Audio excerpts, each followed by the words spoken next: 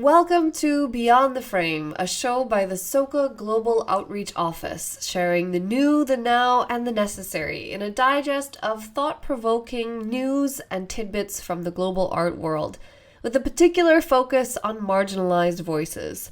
We bring you news and stories centered around equity, inclusivity, and sustainability, exploring the places where art is urgent, political, and current, while reflecting on the complexities of today's world. My name is Jillian Rhodes, and I am your host. Let's start with the news. Today's show promises to be slightly more optimistic than episode 4. Yes, even if by accident, sometimes humans do the right thing. We start with a story about repatriation, which has been in the news negatively more often than not. However, in this case, it's a success story. It involves 3 Parthenon marbles that have been in the permanent collection at the Vatican Museum, which were finally repatriated to Greece last month. Other items from the Parthenon are displayed across Europe, and recently there have been a lot of debates, particularly around the Elgin marbles at the British Museum.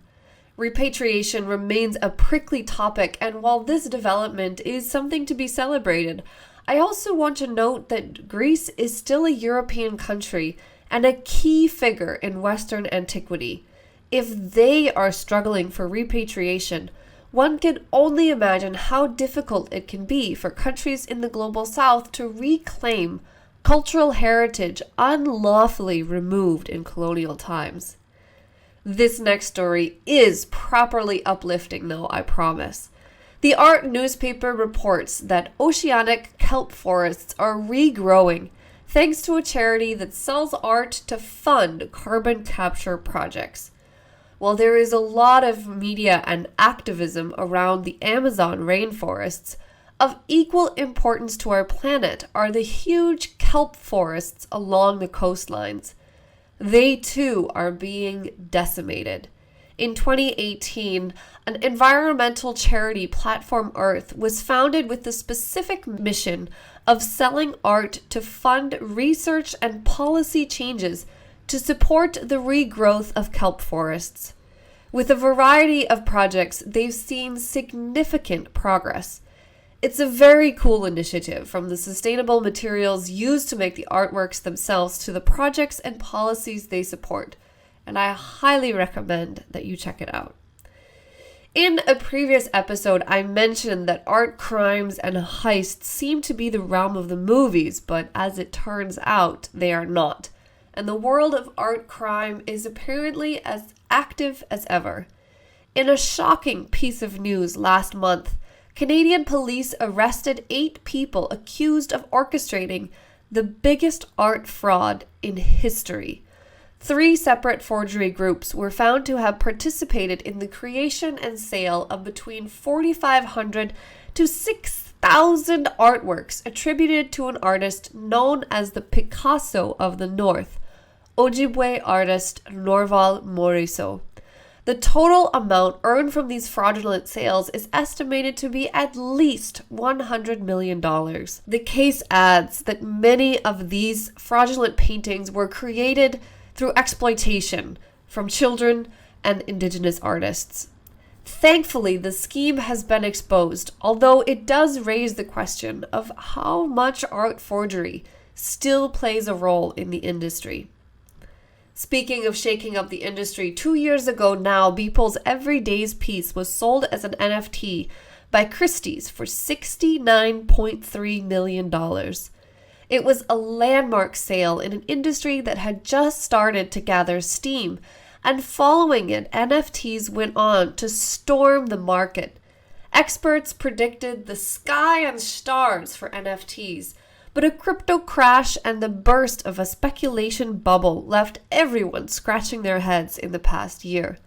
However, an article in Art Forum notes that all is not lost for these digital tokens.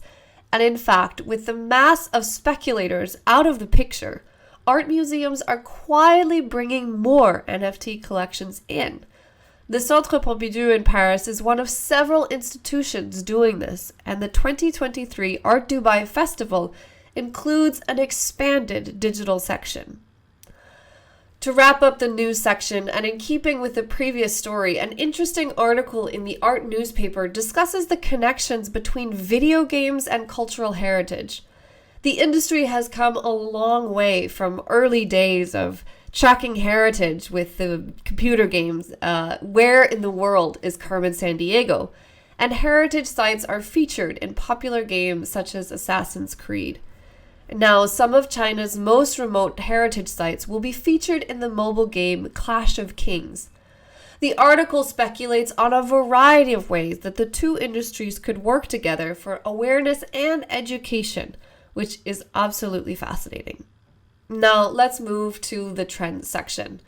First up, I found an article in Art in America discussing a new show at MIT around bioart, which uses microbes and other living things to develop or grow artworks. While bioart isn't a huge trend along the lines of AI art, for example, it's something I've noticed consistently over the years.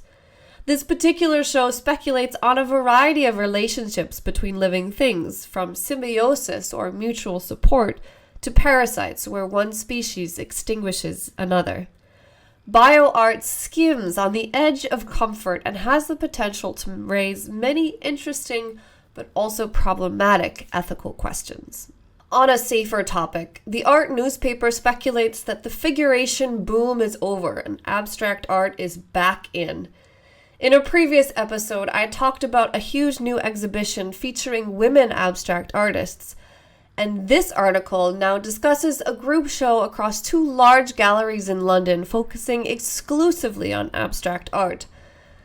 It notes that the fashion of the art world swings back and forth between figurative and abstract art every few decades, and it seems that abstract is now back in vogue. Let's move on to our featured artist section.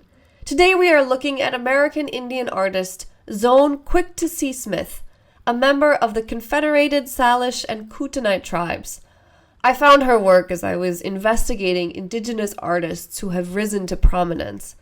Her work blends abstract painting styles with heavy narrative elements and storytelling, exploring themes of American Indian identity, histories of oppression, and environmental issues.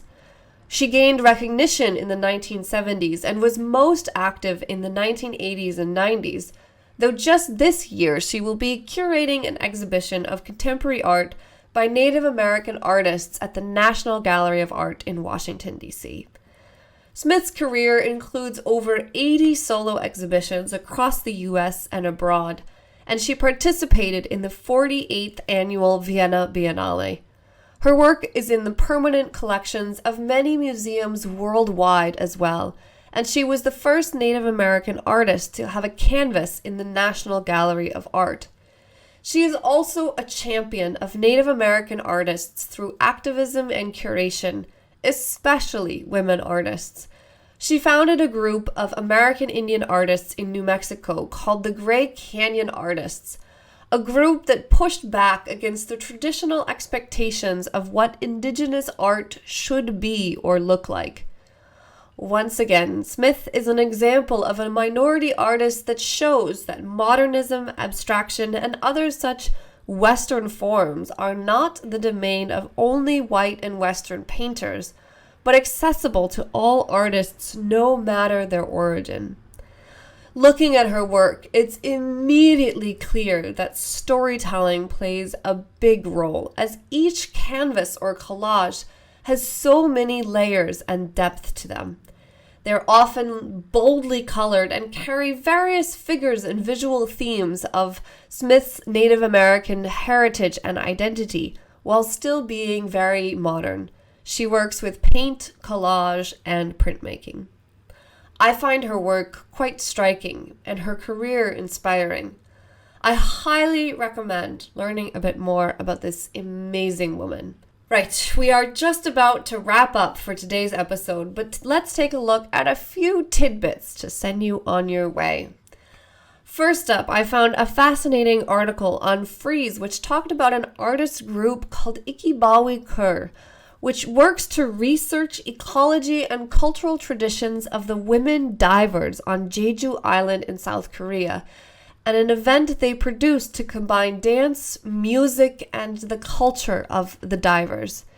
It sounded like a beautiful event where art truly functions as where art fosters community and togetherness beyond the business and transaction of the art market.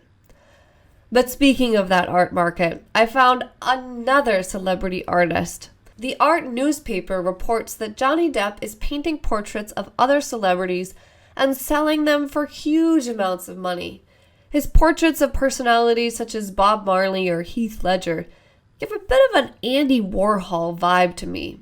They aren't, in my opinion, particularly extraordinary, but he does have a clear style that is consistent across all of the portraits. Finally, the sale of ancient coins is not necessarily art, but it often overlaps into the art world with the same auction houses and circles of cultural heritage.